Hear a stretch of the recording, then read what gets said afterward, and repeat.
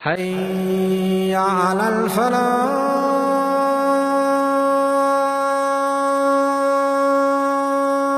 The Prophet of Allah in the authentic hadith, speaking to Sahaba, speaking to the greatest ummah that ever walked the earth, speaking to your fathers, speaking to a ummah that happily gave their lives for the pleasure of Allah. People who did the utmost, the biggest sacrifices, and they deemed themselves as the most insignificant people. Today you do nothing and you think you're up there. They did everything and they thought that they were down there.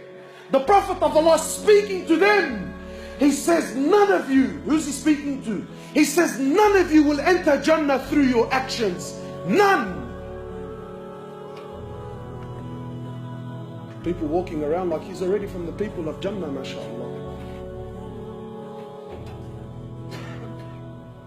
People now, they worship their mashayikh.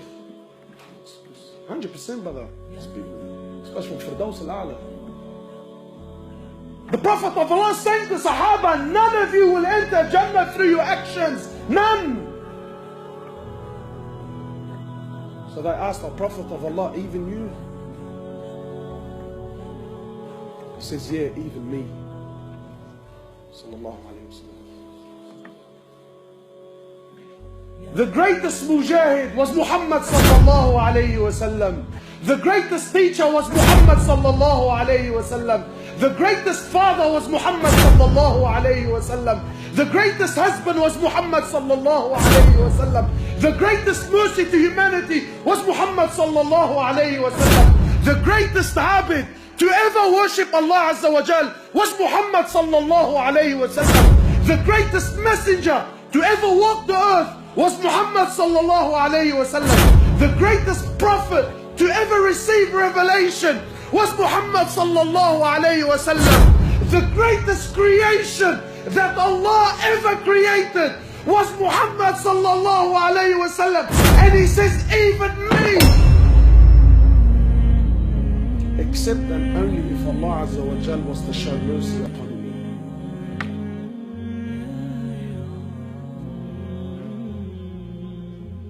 Even me.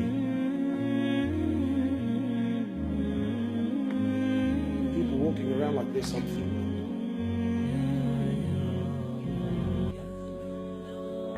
Prophet of Allah tells us of a man who worshipped Allah for 500 years. 500 years he worshipped Allah.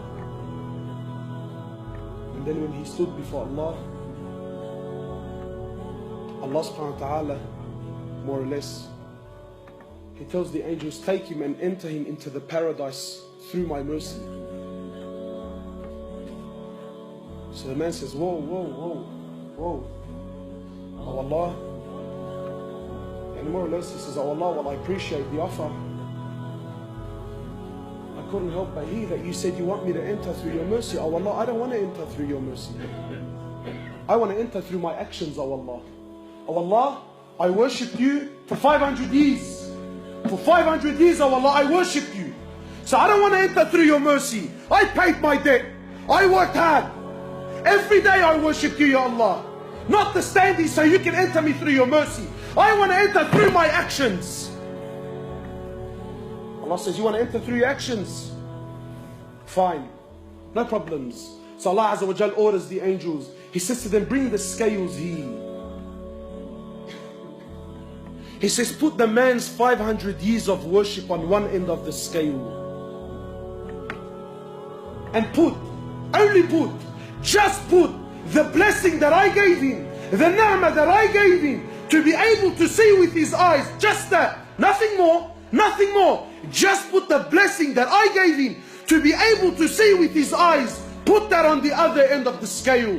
Just the blessing to be able to see outweighed 500 years of worship. So Allah says to the angels, take him and throw him into the hellfire. Then and only then, he says, oh Allah, please, oh Allah, please, I am content with your mercy. I'm content with your mercy, Ya Allah. Allah doesn't need anyone, my brothers. The ni'mah of seeing. Today we've forgotten. Today we've forgotten. Today you and I think what? That to see I need a pair of eyes. You're wrong. Because there are millions around the world that have eyes, but they can't see. It is Allah that allows you to see. Today you think to hear, I need a pair of ears. You're wrong. Because there are millions around the world that have ears. They're stuck on their heads, but they can't hear, my brother. It is Allah that allows you to hear. Today you think to walk, I need a pair of legs. You're wrong. There are millions around the world that have legs, but they can't walk. It is Allah and Allah alone that allows you to walk. Allah, not you. Allah, not you. Allah doesn't need you, my brother. Allah doesn't need me. Allah doesn't need us. And we have to understand, because this is Aqeedah. You have to know this so that when you worship, you are always humble. When you worship Him, you never have pride. When you worship Him, you never have arrogance. Because you know, at any given point in time, I am where I am only through His mercy. Only through His rahmah, I am where I am. Not because of your own actions. And to know with depth, with yaqeen, with certainty, that Allah, the King of Kings, doesn't need anyone. He doesn't need anyone, my brothers. Wallahi, everything you see around you, everything. Today, the Muslims have so much fear in their hearts. Fear. Fear of the kuffar. Fear of the West. Fear of laws. Fear of regulations. Fear of this and fear of that. But to know that Allah Azza wa Jal is not in need. Wallahi, my brothers, wallahi, I take an oath by Allah. You have to come to terms. You have to come to believe with certainty that every single human being, whoever lived, whoever's living, and whoever is to come and live on this earth, wallahi, every single human being, every single jinn, every single animal that walks on this earth, every single bird that takes the flight in the sky, every single fish that swims in the oceans of Allah Azza wa Jal, wallahi, every single land, every single country, wallahi, with all their governments and all their military force and all their might and all their science and all their money and all their know-how, all with the exception of none, every country, every tree, every grain of sand, every mountain, every river, every ocean,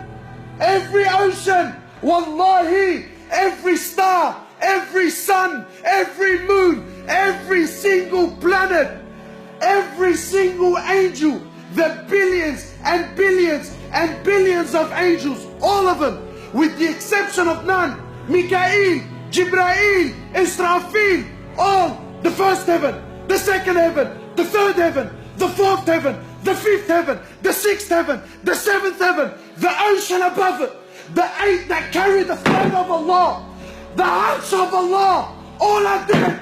All are dead. Nothing moves, nothing stops, nothing makes, nothing breaks, nothing gives, nothing takes, nothing rises, and nothing falls, nothing harms, and nothing benefits in Allah. And until this yaqeen and faith is in your heart,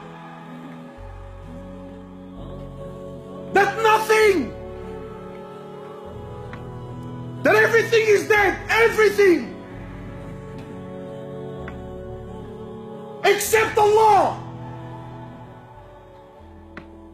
Allah doesn't need anything, anyone. No prophet, no angels, no jinn, no ins. We need Him. He's Al-Hayyul Qayyum. He's the ever-living. So you might say, brother, I'm alive. What's so special about that? I'm living. Yeah, but your living is dependent on His existence. He's the first with no beginning. He's the last with no ending. He is Allah. He is Allah. Al-Malik. He's the king. He's the king.